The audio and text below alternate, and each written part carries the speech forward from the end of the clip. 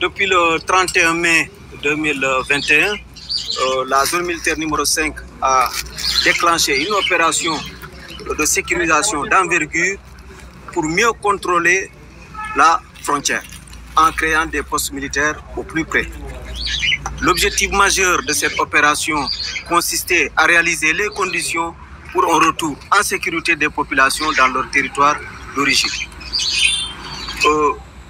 Pour aider effectivement ces populations à retourner dans leur territoire jadis abandonné, il fallait quand même créer les conditions de sécurité en procédant à la neutralisation des bandes armées qui sont installées dans cette zone, mais également il fallait effectivement créer les conditions de sécurité en dépolluant la zone qui était effectivement très particulièrement minée.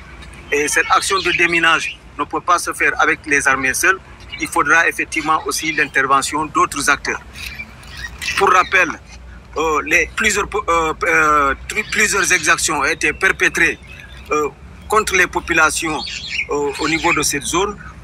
Et effectivement, les bandes armées, par ces actions d'exaction, cherchent tout simplement donc, à s'assurer l'exclusivité de l'exploitation des ressources forestières.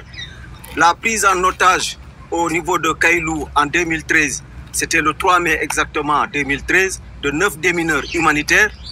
Et la tuerie de Bof Bayot survenue le 6 janvier 2018, voilà, vient compléter ce bilan très sombre commis, des actes odieux commis par le MFDC contre ces populations.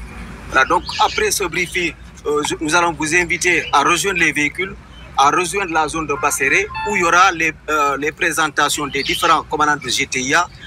D'abord à Basséré, ensuite beaucoup plus au plus près de la frontière, il y aura un autre commandant de GTIA où ils vous présenteront chacun dans son domaine, dans sa zone, effectivement les résultats et les bilans qu'ils ont obtenus sur le terrain. Est-ce que c'est la suite logique des opérations de janvier? Voilà, donc principalement, c'était une opération que nous avons conduite sur 2 fuseaux.